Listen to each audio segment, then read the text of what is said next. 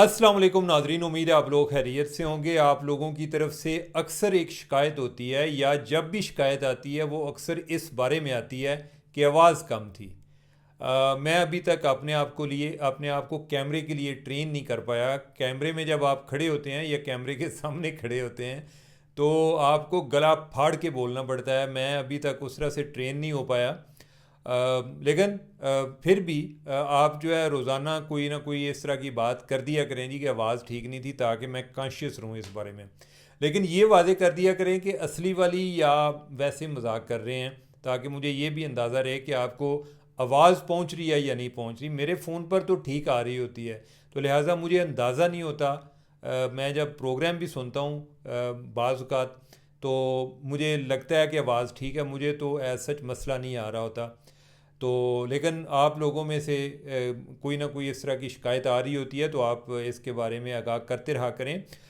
आज मैं अपने प्रोग्राम का आगाज़ एक इंतहाई अफसोसनाक वाक़े से करना चाहता हूँ, और ये वाक़या मरी के करीब हुआ है, जिसमें एक ही ख़ानदान के बहुत सारे लोग मरी सैर व सियाहत के लिए जा रहे थे।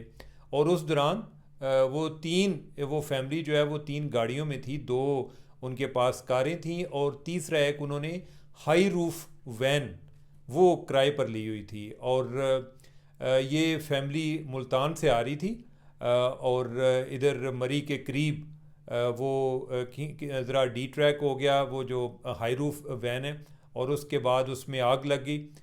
उसमें ख़वातीन थीं, उसमें बच्चे थे। तो ये बहुत ही ट्रेजिक इंसिडेंट है। मैं तो जब से पढ़ा है मैं उस शख्स के बारे में सोच रहा हूँ। अभी आज मैं बीबीसी में एक स्टोरी पढ़ रहा था। ये सैयद काशिफ अली हैं मुल्तान से, और ये इनकी फैमिली, यानी कि बल्कि मैं उनका एक कोट पढ़ रहा था कि बीवी बच्चे बज़िद थे कि मरी देखना है। तो बड़ी देर से बच्चे ज़िद कर रहे थे कि हमने मरी जाना है, और वो उनको नहीं जाने देते था। यानी कि उसके ज़हन में कोई इसी तरह के ख़दशात थे कि खुदा न खास्ता कि कोई एक्सीडेंट ना हो जाए। और फिर बेगम ने भी कहा कि कोई नहीं, अब बच्चे बड़े हो गए हैं, और रिश्तेदार भी उनके आए हुए थे, और उन्होंने कहा कि कोई नहीं, असी बच्चे को कल्ले तो नहीं ना जा रहे, हम सब साथ हैं, कोई मसला नहीं। और काशिफ जो हैं उनकी वालदा ने कहा कि बच्चों ने अपनी दादी को भी तैयार किया कि दादो आप अब्बू से बात करें। तो दादो जो है उसने कहा कि पुत्र कोई नहीं गल, मैं भी नाल जा रही हैं, तो कोई नहीं, तेनों बच्चों के बारे परेशान होने की ज़रूरत नहीं है। अब यह है कि ये सारे इकट्ठे ट्रैवल कर रहे थे, और फिर उसको ख़बर आई कि उधर जाने वाली एक वैन जो है वो उलट गई है। वो कहता है कि मैं तो उस टाइम मुझे लगा कि जैसे मेरे यानी कि ऐसे ही है कि जैसे मेरी जान चली गई है, कि ये वैन की बात हो रही है, पता नहीं ये हमारी वैन की बात हो रही। और फाइनली उसका वो ख़दशा जो है वो हकीकत में बन गया। उसको पता चला कि ये वही वैन है, और जो इतला देने वाले हैं वो दूसरी गाड़ी में जो उनके रिलेटिव थे वो इनको इतला दे रहे थे। अब इसमें काशिफ जो है इसके 5 बच्चे, बेगम और वालदा, और मेरा ख्याल है कि इसके अलावा भी शायद कोई रिश्तेदार होंगे, तो ये सब इसमें सवार थे। उसकी अपनी फैमिली ख़त्म हो गई, और मुझे बहुत दुख हुआ है ये ख़बर पढ़ के। और मैं अक्सर ख़ुद भी एक बाज़ औक़ात जाना हो ना, तो मेरे ज़हन में कुछ इस तरह के ख़दशात होते हैं। अल्लाह ताला माफ़ फरमाए, ये एक बहुत ही ट्रेजिक इंसिडेंट है। यानी इंसान को क्या पता चलता है। मैं इसलिए कहता हूँ, आमतौर पे लोग इतने ज़्यादा एक गमगीन रहने के या हर टाइम कुछ शिकवा करने के आदी होते हैं कि वो इस बात को पिक नहीं कर पाते। यानी कि मैं एक ज़िंदगी में देखा है कई हादसात से, अपनी लाइफ में अपने जो प्यारे हैं उनके बिछड़ने से मैंने एक बात सीखी है, और वो ये है कि जब आपके प्यारे आपके पास होते हैं या अच्छे लम्हात होते हैं, उनको वैल्यू किया करें। हर टाइम रोना मुनासिब नहीं होता, और जब वो गुजर जाते हैं तो उसके बाद असी आने जी वो टाइम बड़ा अच्छा सी। वो भाई वो टाइम केड़ा होंदा है। यानी कि हमारे यहाँ जितने भी सुनहरी ज़माने हैं, गोल्डन पीरियड हैं, वो सारे माजी के होते हैं। हालांकि वही अगर हम माजी में चले जाएं, जिस टाइम की हम बात कर रहे होते हैं, उस टाइम भी हम कोई लुड़ियाँ नहीं मार रहे होते। तो लाइफ को इंजॉय किया करें, लाइफ को वैल्यू किया करें। उन चीज़ों के बारे में ज़रूर सोचा करें जो आपकी ज़िंदगी में नहीं है, लेकिन उन चीज़ों का पे भी अल्लाह का शुक्र अदा किया करें जो आपकी ज़िंदगी में हैं। अगर वो भी ना हो, ज़रा उनको एब्सेंट करके देखा करें, फिर आपको पता चले कि आपकी ज़िंदगी में क्या कुछ था जब आप रो रहे थे। तो अल्लाह का शुक्र भी अदा करना चाहिए, आगे बढ़ने के लिए कोशिश जारी रहनी चाहिए। अपने से जो आगे हैं इंसान असल में नाशुक्रा होता है मुआवजनों में, कि जब हम मुआवजने कर रहे होते हैं ना, तो अपने से जो आगे हैं उनके लिए आप ज़रूर उनको उस दौड़ में शामिल हो। इंसान की तरक्की इसी तरह होती है, वो इसी तरह दौड़ में लगा होता है। लेकिन अपने से जो पीछे हैं उनको भी देखा करें, अल्लाह का शुक्र अदा किया करें। आपकी ज़िंदगी में जो नेमतें हैं उनको वैल्यू किया करें। अब इस शख्स के बारे में सोचें जिसकी पूरा ख़ानदान ही ख़त्म हो गया, उसके बच्चे ख़त्म हो गए हैं, बेगम चली गई, माँ चली गई। आई डोंट नो कि वो कभी ज़िंदगी एक नॉर्मल तरीके से गुजार सकेगा। I don't think so. वो एक डिफरेंट इंसान होगा। तो आप ज़रा सोचें कि आपके पास ये सारी चीज़ें हैं, ठीक है, तो लिहाजा अल्लाह का शुक्र अदा किया करें। और मुझे बहुत दुख हुआ है, तो मैं, हालांकि ये बाकी जो इशू हैं रूटीन के, मैं उन पर बात करना चाह रहा था, लेकिन मैंने सोचा कि मैं इससे आगाज़ करता हूँ। अब आ जाते हैं हम ट्रंप की तरफ। ये जो है ना, इसने हमारा जीना हराम किया हुआ है। आज कल कोई बात थी, आज कोई नई बात है। मुझे तो कल वाली उसकी बात भी भूल गई है कि हमने क्या डिस्कस किया था। इतना ज़्यादा बोलता है ये बंदा, आए दिन क्या, आए घंटे, आए मिनट कोई इतने इसके ट्वीट आ रहे होते हैं कि ये पता नहीं ये बंदा ट्वीट करने के लिए प्रेसिडेंट बना है या क्या बना है। तो अभी उसने क्या है, उसने कहा कि अमरीकी सदर का, यानी कि ट्रंप का, ईरान पर आज रात फिर सख्त हमला करने का ऐलान। और वो कह रहा है कि मैंने इनका जो हार्ग जजीरा है उसका कंट्रोल भी संभाल लेना है, इनके जो गैस और आयल के ज़खायर हैं उन पर कब्ज़ा करना है। जो हार्ग जजीरा है, इधर जो है इनके जो पेट्रोलियम के काफ़ी जो एक रिसोर्सेज हैं, ज़खायर हैं, वो उधर मौजूद हैं। और उसने कहा कि हमने जिस तरह वेनेज़ुएला के वसाइल पर कब्ज़ा कर लिया था, अब जो है वेनेज़ुएला को भी फ़ायदा हो रहा है, हमें भी फ़ायदा हो रहा है। अब ट्रंप ने उसको आगे, ईरान ने जवाब दिया, उन्होंने कहा जी कि अमेरिका को दर्दनाक और सख्त जवाब दिया जाएगा। ठीक है, अब क्या बनेगा आने वाले टाइम पे हम बस देख ही सकते हैं। ठीक है, हम एक क्या कर सकते हैं। ठीक है, हमने कोशिश के लिए सुलह के लिए बड़ी कोशिशें की हैं, वो नहीं हो सकी। ठीक है, बस यही है, यानी कि आप देखते रहो, तेल देखो, तेल की धार देखो, इसका क्या अंजाम क्या होता है। लेकिन मैं आपको बताऊं कि मुझे लगता है कि, और मैं पहले भी आपसे कई दफ़ा बात करता हूं, मुझे लगता है कि ये जंग जो है ना किसी मंतकी नतीजे पर पहुंचेगी। मंतकी नतीजे के बगैर ये ख़त्म होने वाली मुझे नहीं लगती। ठीक है, यानी कि जिस जगह पर है ना, इधर से कोई साइड, कोई पार्टी वापस जाने को तैयार नहीं है। उसकी वजह ये होती है कि दोनों साइड जो हैं बड़ी परफेक्शनिस्ट होती हैं। दोनों का ये ख्याल होता है कि दूसरी साइड को ये बातें मेरी माननी चाहिए। दूसरी साइड कहते हैं इन्होंने मेरी ये फलानी फलानी गल मननी चाहिए, तो लिहाजा जो है वो मामलात उधर लटके हुए होते हैं। अभी भी ये इसी तरह लटके हुए हैं।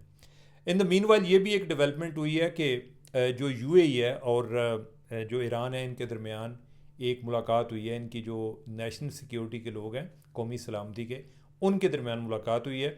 अब इससे एक पता ये चलता है कि यूएई चाहता है कि वो ईरान से बच सके। मतलब ये है कि अब जो उसके मिज़ाइलों का रुख है उसकी तरफ ना हो।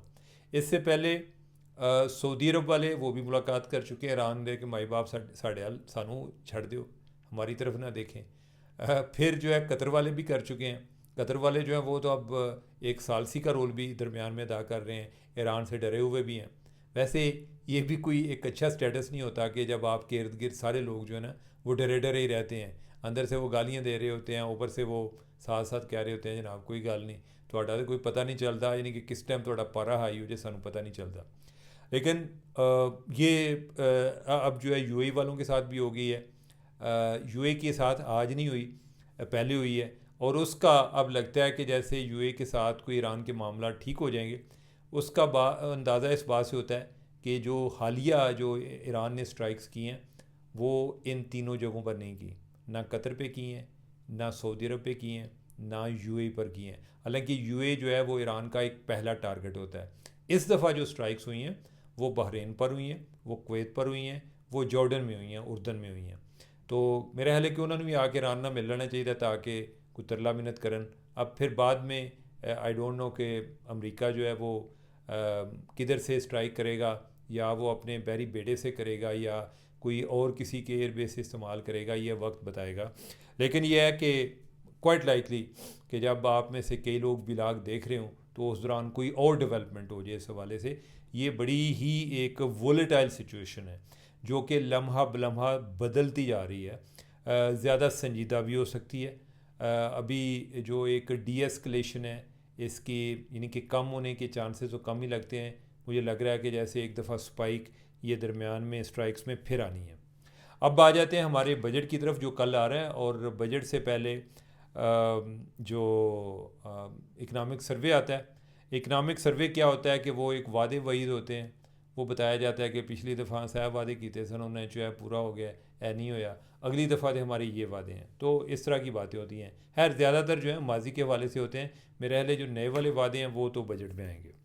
अब जो इसमें इकनॉमिक सर्वे में चीज़ें आ रही हैं उसमें उन्होंने कहा जी कि ग्रोथ रेट और टैक्स वसूलियों समेत कई अहम इक़्तिसादी अहदाफ हासिल नहीं किए जा सके। यानी कि ऐसे दफ़ा फिर फेल हुए हैं, यानी कि 33 नंबर भी नहीं मिले, 33 नंबरों से कम मिले हैं कोई जो है। यानी कि अब जो है ना हम कंपैरिजन कैसे कर रहे हैं, हम कंपैरिजन कर रहे हैं कि पिछली दफ़ा मैंने लिए थे 25 नंबर, अब आए हैं 28 नंबर। तो इसका मतलब है कि पिछली दफ़ा की निस्बत तो मेरी प्रोग्रेस है। वो अलग बात है कि मैं पास नहीं हो सका। इस दफ़ा इन्होंने जो पासिंग रेट है वो बढ़ा दिया था। पिछली दफ़ा हमने कोई 30% रखा था, अब ये देखो इन्होंने 33% कर दिया। मैं क्या करूं, मैं कितनी मेहनत करूं। तो वो जो है वो हमें अगर हम जो ग्रोथ रेट में देखें वो उसमें नज़र आता है। ग्रोथ रेट को बयान करने के दो तरीके हैं कि जो शरह नमू है कि जो इकानमी है उसने कितना ग्रो किया है, उसको बयान करने के दो तरीके हैं। एक ये है कि क्या पिछले साल की निस्बत बेहतर हुई या नहीं। दूसरा ये है कि जो इस दफ़ा के टारगेट रखे गए थे कि इस दफ़ा हमने अपने ग्रोथ रेट को किधर लेकर जाना है, वो हमने अचीव किया कि नहीं। तो उसमें अगर तो आप देखें जो टारगेट है, टारगेट था हमारा कि हमने इसको 4.2% पर लेकर आना है ग्रोथ रेट को, लेकिन कितनी रही 3.7%। उसमें फिर हुकूमत जो है यानी कि वो आंदे ने कि नीयत खराब ते बहाने ढेर या की होंगे ने, पता नहीं नीयत ख़राब है या वैसे किस्मत ख़राब है। लेकिन वो कहते हैं कि अगर ईरान जंग ना होती तो असा कम चुक देना सी। वो ईरान जंग आई ना तो उन्होंने पता चल गया साड़ी जी ना सारी मेहनत वो हो गई जी ज़ाया। कभी जो है वो जी वो सैलाब की वजह से ज़ाया हो गई है, कभी कोई और मसला होता है। नहीं कि साढ़े को भी बहाने शाने बतेरे ने। तो उस लिहाज से ही है कि वो तो ग्रोथ रेट तो हमने अचीव नहीं किया। अब अगर इसको एक दूसरे तरीके से बयान करते हैं, यानी कि आज मैं डॉन की हेडलाइन देख रहा था, उन्होंने कहा कि पिछले 4 सालों में, यानी कि अगर पिछले 4 सालों से उसका मुवाजना किया जाए तो पिछले 4 सालों में मौजूदा वाला सबसे ज़्यादा हाई ग्रोथ रेट है। यानी कि पिछले 4 सालों की निस्बत ये पहली दफ़ा बेहतर, यानी कि बेहतर आया है, यानी कि उनकी निस्बत बेहतरी आई है। लेकिन यह है कि जो अपने जो मुवाजने के लिए जो नया टारगेट रखा था वो अचीव नहीं किया। टैक्स वसूली के हवाले से भी हमारे कुछ हालात इसी किस्म के रहे हैं। ज़री शोबा यानी कि उसमें हमने कोई टारगेट रखा था कि 4.5% तक पहुँचेंगे, लेकिन बड़ी मुश्किल से कोई 2.9% या कह लें 3% कह लें। अच्छा, उसमें फिर जो है ना हमारे पास बहाना ये है कि इस दफ़ा तो उन्हें पता है बारिशें हुई हैं, और पता नहीं क्या कहते हैं, बारिशों के मरह कहते हैं कि बारिशें ज़्यादा हुई हैं। तो हालांकि वो फसलें जिनको आमतौर पे जो मुतासर होनी चाहिए थी कि जैसे गंदम वगैरह, गंदम की पैदावार ज़्यादा हुई है। तो एनीवे आगे जो हमारा इंडस्ट्रियल शुब है उसमें जो हमारा टारगेट था वो था 4.3%। जो हमने अचीव किया है वो है 3.5%, यानी कि उसमें भी हम फेल हुए हैं। खिदमात सर्विसेज सेक्टर में मेरा ख्याल है शायद ये एक वाहिद सेक्टर है कि जिसमें हमने को बेहतर काम किया है। यानी कि वो जो टारगेट हमने रखा था वो 4% था, लेकिन हम पहुँचे हैं कोई तकरीबन 5% कह लो, ज़रा थोड़ी जी कंसेशन दे देने इन्होंने। 4 नहीं है, नहीं नहीं भाई, यानी कि ये कंसेशन नहीं बनती उस तरह से, ये तकरीबन उतनी ही है। यानी कि मैं समझा था शायद 4.9%, लेकिन यह है कि 4.09%। मतलब ये है कि बड़ी मुश्किल से 4.1 पर पहुँचे हैं। तो ये जो है ना आप समझें कि जैसे 33 नंबर लेने थे और हमारे 34 नंबर आ गए। बरामदात जो हैं, बरामदात में हमारा असा कम चुक के रखा है। यानी कि उसमें हमने जो टारगेट रखा था ये था कि हमने 35 बिलियन तक की हमने बरामदात, इससे ज़्यादा नहीं करनी। यानी कि बाहर से चीज़ें नहीं मंगवानी, क्योंकि जब बाहर से चीज़ें मंगवाते हैं तो आपका डॉलर जाता है। और ये डॉलर ऐसी बुरी चीज़ है ना, ऐसा बुरा नशा है, इसके लिए हम आईएमएफ के ग़ुलाम बने रहते हैं, क्योंकि जब हमने इंटरनेशनल सारी डीलिंग करनी होती है तो उसमें हमें डॉलर चाहिए होता है, तो वो हम आईएमएफ के लिए पास जाते हैं कि इन्हें डॉलर दे दो। तो अभी 11 माह हो गए हैं फाइनेंशियल ईयर के, यानी कि अभी जून जो है ये तकरीबन बाकी है। ये जो फिगर्स हैं ये तो पहले की आ गई हैं। तो हमारा कोई जो बरामदात है वो 28 बिलियन तक पहुंच गई है। 35 बिलियन का हमारा टारगेट है। मुझे लगता है ये है कि असी ना कोई कर करा के शायद अपने टारगेट को क्रॉस नहीं करेंगे, कि इससे ज़्यादा हम बरामदात नहीं करेंगे मौजूदा साल में। जो दरामदात हैं, दरामदात का मतलब यह है कि उत्थे भी डॉलर लगता है, सॉरी, जो बरामदात हैं, बरामदात करने से आपके पास डॉलर आता है, ठीक है। जब आप चीज़ को बाहर बेचते हैं तो आपके पास आता है। दरामदात जो है इसमें डॉलर आपको देना पड़ता है, क्योंकि आपने बाइंग करनी होती है बाहर। बरामदात में ये होता है कि आपने बाहर सेलिंग करनी होती है, तो जब आप चीज़ सेल करते हैं तो आपको डॉलर में वो पेमेंट होती है। और हमें जो है डॉलर बहुत प्यारा लगता है और आता है तो हम उसके साथ प्यार करते हैं, खेलते हैं। तो जब दरामदात हम करते हैं ना तो डॉलर हमारे हाथ से चला जाता है। आईएमएफ में हमें इसलिए जाना पड़ता है। तो दरामदात के हवाले से हमने अपना टारगेट रखा था। अब ज़रा मुआवजा करें कि हमारा टारगेट था कोई 65 बिलियन का, यानी कि जो बरामदात हमने करनी थी वो 35.36 बिलियन की थी, यानी कि जो चीज़ें बेचनी थी, बाहर भेजनी थी, वो 35 अरब थी। जो हमने बाहर से मंगवानी थी वो हैं 65 अरब की। मतलब ये है कि हम चीज़ें कम बरामद करते हैं और ज़्यादा दरामद करते हैं, और इस वजह से हमारा जो ये बैलेंस ऑफ पेमेंट का एक क्राइसिस आता है ना, वो इसीलिए आता है। और बैलेंस ऑफ पेमेंट का यही एक डॉलर के साथ ताल्लुक़ होता है कि आपने कितने लगाए हैं, कितने कमाए हैं, और उनके दरमियान क्या एक डिफरेंस आता है। तो जो दरामदात हैं वो हमने 65 अरब तक की करनी थी, इससे ज़्यादा नहीं करनी थी। अल्हम्दुलिल्लाह कोई 63 अरब की हम कर चुके हैं।